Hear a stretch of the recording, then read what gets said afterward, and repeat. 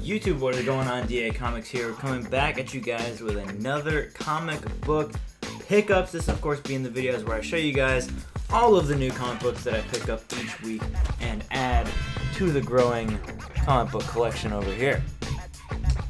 This is episode number 32, I think?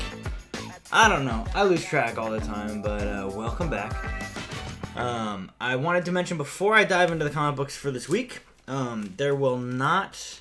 Well, I'm getting married this weekend, which I've talked about before. I've talked about how I've been engaged. The wedding is this weekend. Obviously, we're in crunch mode. It's the last... sorry, let me fix this. Last couple days before all that craziness goes down, and then we're going to be going on a short little honeymoon vacation thing. So there may not be any videos this next upcoming week, obviously. We do get back on Wednesday, so maybe there will be a comic pickups video on Wednesday. If not, it might be on Thursday, or we might just skip a week and then do it next week. But yeah, that's coming up. That's why there hasn't been a Webheads or anything like that. We've just been so busy getting all that ready. You know, I've really just been doing the comic pickups videos, so once that's done, we go on our vacation, we relax, we come back, then I can get back to making videos. But I just wanted to give you guys that heads up. There may be a bit of a lack of videos or posts or things like that from me, because I'll be a little busy.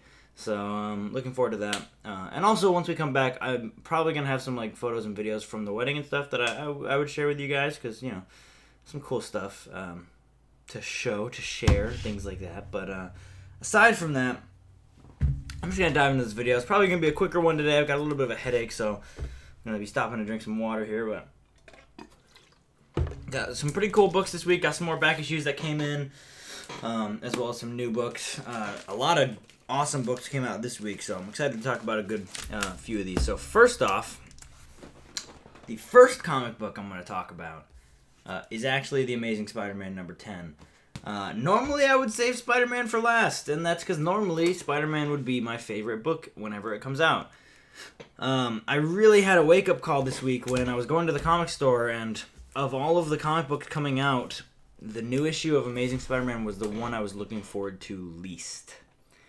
That has not been the case pretty much ever. There was a moment in time where The Amazing Spider-Man was the only series that I was really excited about. You know, the other books I'd be like, oh, cool, there's a new whatever. But I would always be checking if there was a new Spider-Man issue. Now, really didn't care. And this book sucked. I'm just going to say. This cover, the lighting in here is terrible. I really need to get a different setup for these videos, but this cover's awful. I mean, look at Gwen's face. It's just terrible. John Romita Jr.'s art just ate it for me. And also the interior art, it was not John Romita Jr., but it was arguably worse. This is supposed to be a very emotional moment, and it's like awful. I mean, look at this art. It's terrible. So it did not hit for me. At the end, I think the editor was like, pardon me while I throw away my soiled tissues. And I'm like, this was not... Just look at it. Look at it. It's not... I don't know. It was just not good. I see what they were going for here, but the art was just so bad. And I really don't like being that critical, but... Who was the artist? Nick Dragotta. Yeah, no, I hated the art. Story was pretty boring. It was just another one-off, which I'm getting really tired of.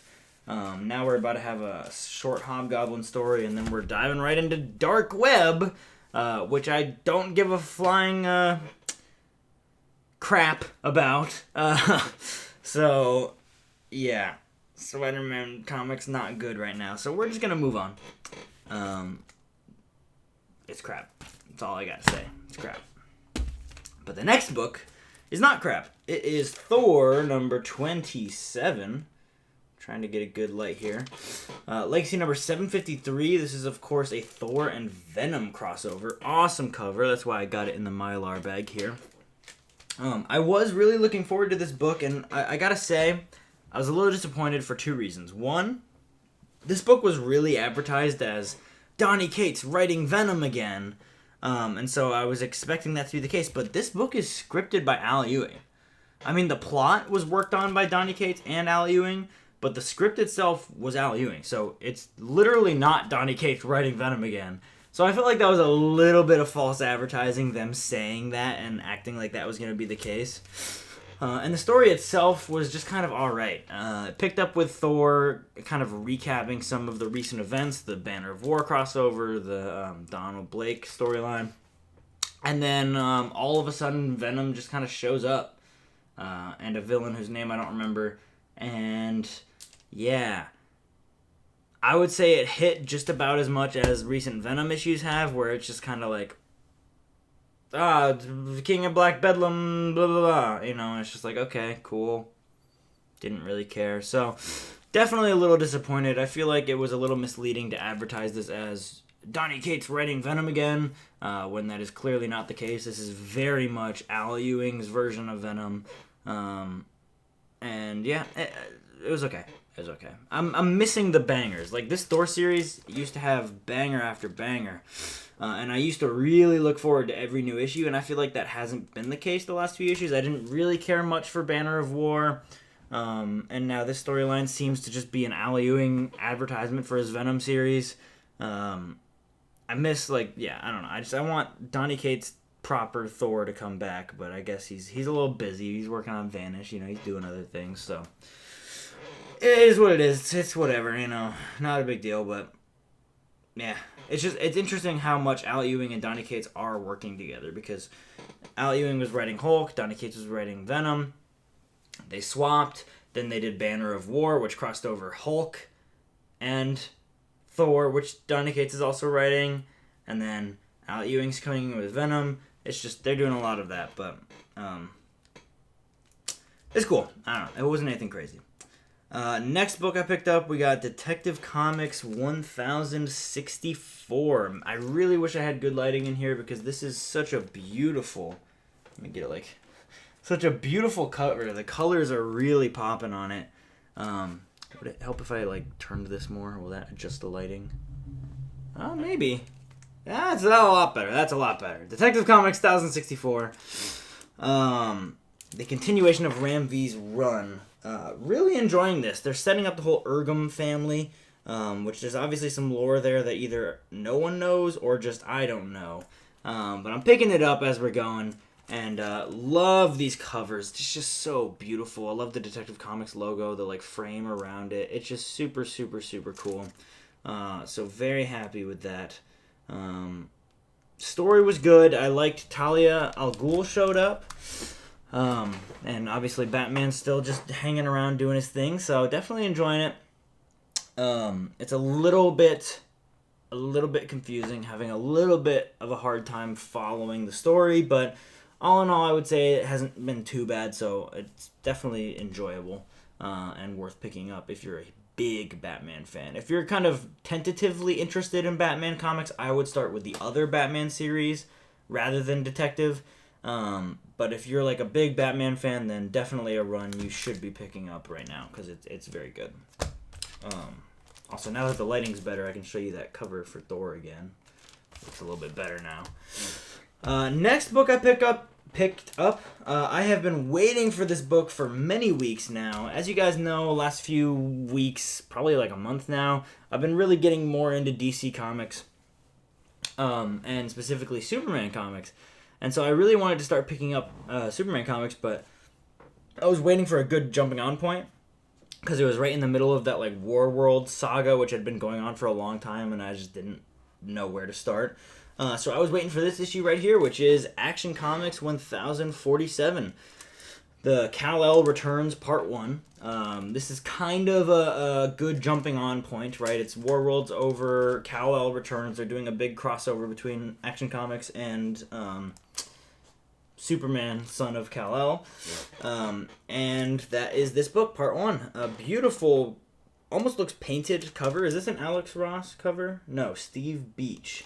Very reminiscent of an Alex Ross cover. You've got... It's kind of just an homage to Superman cover. I mean, you have Clark Kent there. You have his craft crashing in the field. You got Jimmy Olsen, Lois Lane. Back here you got Lex Luthor, Bizarro, Darkseid, I think Metallo, Brainiac, Solomon Grundy, and I don't know who that is, but really just kind of a celebration of Superman type of cover. Not exactly relevant to the actual story inside, which was pretty good. I did not have too hard of a time following what was going on. They kind of caught me up to speed with everything from Warworld. Not everything, but like Warworld is now orbiting Earth. The governments of the world are trying to figure out what to do about that. Clark and Lois basically adopted 2 kids from Warworld, so definitely is a good jumping on point. So if you, like me, have been interested in picking up Superman comics and have been waiting for a good point to jump in, I would say this is a pretty good jumping in point with this, and then part 2 will be over in the Jonathan Kent Superman series, which I'm looking forward to reading that as well. I'm definitely going to pick up the parts that tie in with Action Comics just so that I know what's going on, because Action Comics is the series that I intend to really pick up because I want to read Clark Kent Superman. But if I like those books enough, then I'd be interested in reading the Jonathan Kent series. It's just, from what I've seen of that series, specifically the art style, it just hasn't really interested me as much. It's a little bit more cartoonish, pastel type of thing. And I'm just more interested in Action Comics. I really like that it's 1047. You know, I love those legacy titles. So definitely picking up Action Comics. Definitely picking up Superman for while it has Kal-El Returns. After that, I'll decide whether or not I want to keep picking that up or not. But definitely going to be picking up Action Comics for at least a little while to give it a try. If I end up not really liking it, then I will drop it. But in the meantime, I'm definitely enjoying it, so I think I'm going to stick with it. But the last new book that I have this week is really the one that I've been looking forward to for weeks. Because as I mentioned, I've been getting more into DC books, wanting to pick up Superman, all sorts of stuff like that. The reason for all of that, the one comic book that set me down this path of really getting into DC the last few weeks, was Superman Space Age. If you remember that episode, oh gosh, I don't even remember what episode it was, 27 or something. I picked up Superman Space Age, and that really set me down the path of DC Comics. So I have been waiting eagerly for Superman Space Age Book 2. Super excited for this one. This is, of course, the Superman Elseworld story set in real time during the Space Age. So it starts in the 60s, takes place through the 70s, and I assume will end in the 80s. It's kind of very similar to what Marvel did with their Life Story series, where it's like, what if we took these superheroes, put them in a historical era, and then they age in real time? Except this is, in the 60s. Written and drawn, or no, is it written and drawn? Hang on. I want to get my facts right before I give someone credit they don't deserve. Written by Mark Russell and drawn by Michael Allred. Now, I love Michael Allred's art. He did the art on Silver Surfer with Dan Slott a few years back, and I really liked his art for that. And that was what ultimately sold me on Superman Space Age Book 1, was basically Michael Allred's art is perfect for the very colorful, slightly corny DC comics. Just to give you a little closer look here, you've got your Superman, Flash, Wonder Woman, Batman, Green Lantern. And this is one of DC's prestige format comic books, meaning it's $10. It's a thick book, and there's no ads. So there's zero advertisements. So what I like about that is it just does not interrupt the story at all. It's just pure comic book, which I really enjoy. Honestly, I think this is something that comic books should start doing more regularly. Not even just for like really big stories, but like even just your regular stories. Like I would almost be willing to pay $1 or $2 more for a comic book if it was ad free. Now I don't know how they would do that. Like I don't know if they could do like, here's that one with ads, which is $4, and here's the one without ads, which is $6. That might be a little weird, especially as a collector, because you'd have like two different editions basically. But I don't know. I just think like if you're gonna do like your big crossover, right? Like Dark Crisis, for example. I think they're selling issues of Dark Crisis for like $3, $4, or $5. If they sold them for $6 and there just weren't any ads, I would happily buy that still.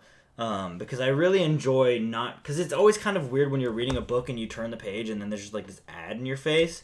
And that's just part of comics. You tune it out, obviously. Like it's not a huge complaint. But I never really noticed the ads until I read a comic book without ads. And then it's like, I never want to go back because you're just reading it. It's pure story. There's no ads. I don't know. I really like it. And this book is super good. This was just as good as the first one. Loving it.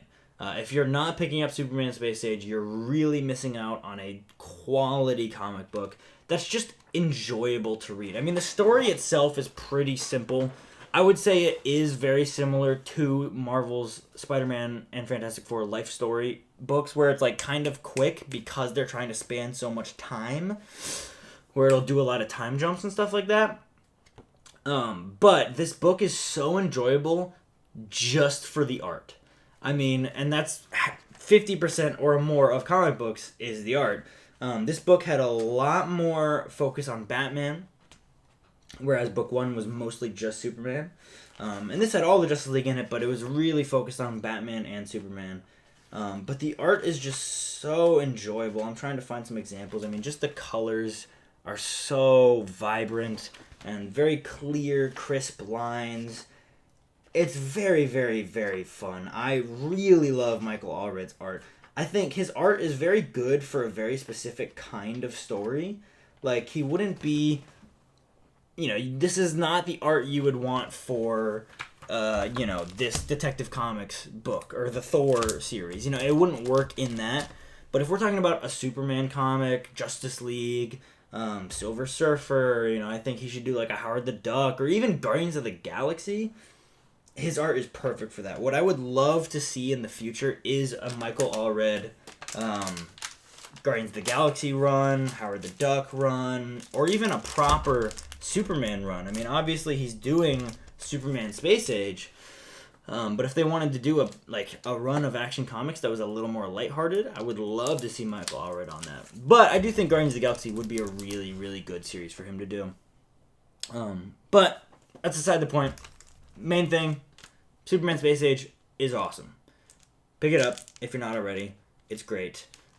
Definitely worth a read. It's worth every single penny. Yeah, they're a little bit more expensive than your average comic book. They're $10 each. There's 2 of them out now. That's $20. But believe me when I say it's worth every single penny. And if that is still too expensive for you, I'm sure you can wait after the series is done. I assume they'll be releasing it in some sort of trade paperback edition that will probably be cheaper for all 3. So if you want to wait, you can wait. But I highly recommend, if you can afford the higher price tag of these books, definitely worth a pickup because they're really good.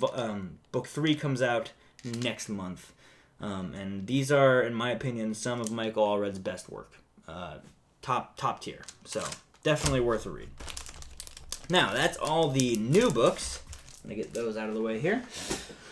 Now we have some back issues. Continuing my recent fascinations with some back issues, I have a bunch more Marvel Team-Up books. I think I mentioned last week that I had some more on the way. These are all Marvel Team-Up, and then I have one other book that's really, really cool. So first, let's dive into these Marvel Team-Ups. I have these in order by issue number, so we'll start with Marvel Team-Up 21, featuring Spider-Man and Doctor Strange.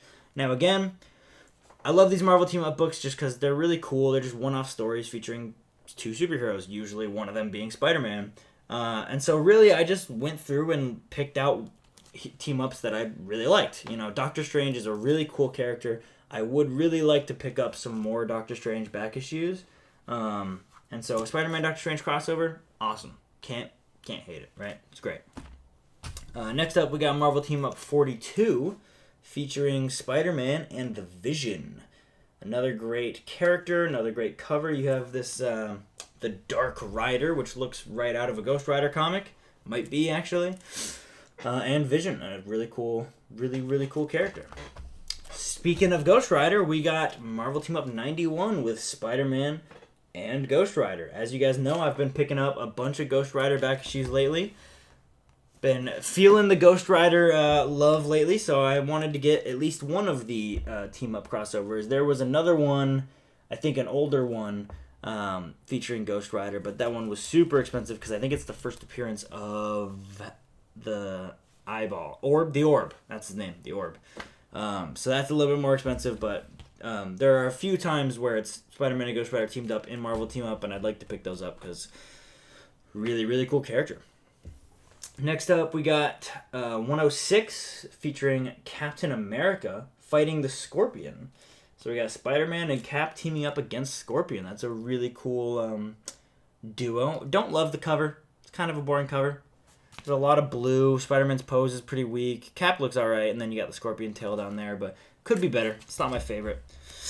After that, we got 115, which is Spider-Man and Thor, my two favorite superheroes. Obviously, you know I gotta get them crossing over. They are fighting the Mind Bender.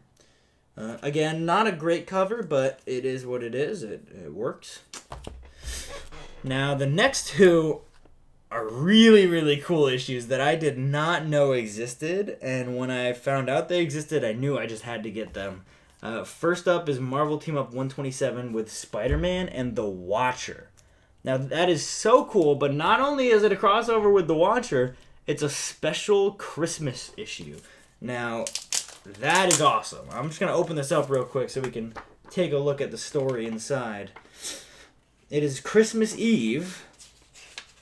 Get through all the ads. And Peter's going to a Christmas party. You got Aunt May there. And then he gets taken by the Watcher. And it kind of becomes a little Christmas story. There's Captain America appears. All sorts of fun stuff. It's very fun. It's kind of your classic, like, a Christmas story, you know. Instead of the Ghost of Christmas Present or whatever, it's the Watcher. So definitely a fun crossover that I wanted to pick up, and I'll probably pull it out and read it on Christmas or something, you know, make a fun thing out of it. But, let me see. Okay. Yeah. And then the last one, this crossover is absolutely mind-boggling, but of course I had to get it. This is Marvel Team Up 137, featuring Aunt May and Franklin Richards versus Galactus.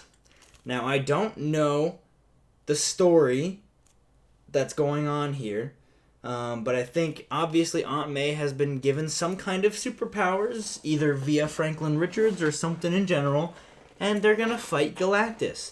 This is an amazing comic book.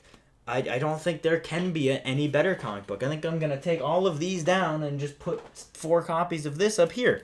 It's Aunt May versus Galactus. What's not to love there? Awesome comic book. Awesome book. Very happy to have it. It was not expensive at all. But yeah, great stuff. Great stuff. And the last book that I picked up this week, I mentioned it actually came on Wednesday last week, so it was almost in my pickups last week, but it came just a little bit too late for that. This is a really awesome book. Aside from Marvel Team Up and Ghost Rider and DC Comics, you guys know recently I've been picking up some Howard the Duck back issues. I really like Howard the Duck as a character. I wanted to start picking up his series. So naturally I had to pick up this comic book, which is Howard the Duck #1. Not the first appearance of Howard the Duck. He first appeared in a different comic, but this is the first issue of his solo series, of course, featuring a crossover with Spider-Man, as so many Marvel #1s do, because they had to use Spider-Man to sell every comic book, featuring the iconic cover with Howard holding a sword with a bikini-clad woman behind him, and the shadow of a very Dungeons & Dragon-esque horned helmet, sword-wielding enemy. This is an awesome book. Was not expensive at all. I was actually very shocked by how cheap I got this book. I mean, I knew it wasn't like crazy expensive, but it's still Howard the Duck #1. I think I got it on auction on eBay for like $8. So I was the only one that bid. So I really lucked out with this one. It's definitely lower grade. I would say probably like a 4.0.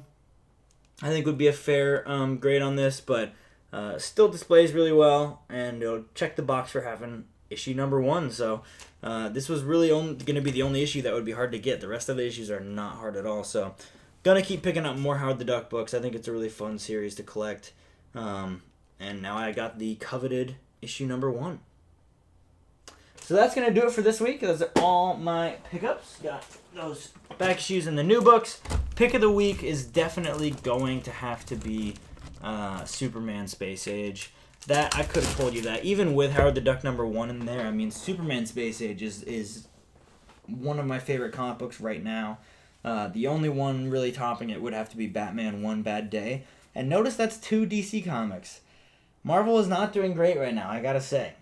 No shade, but they are not doing great right now. But that's going to do it for this video. If you did enjoy this video, please make sure to leave a like so that I know.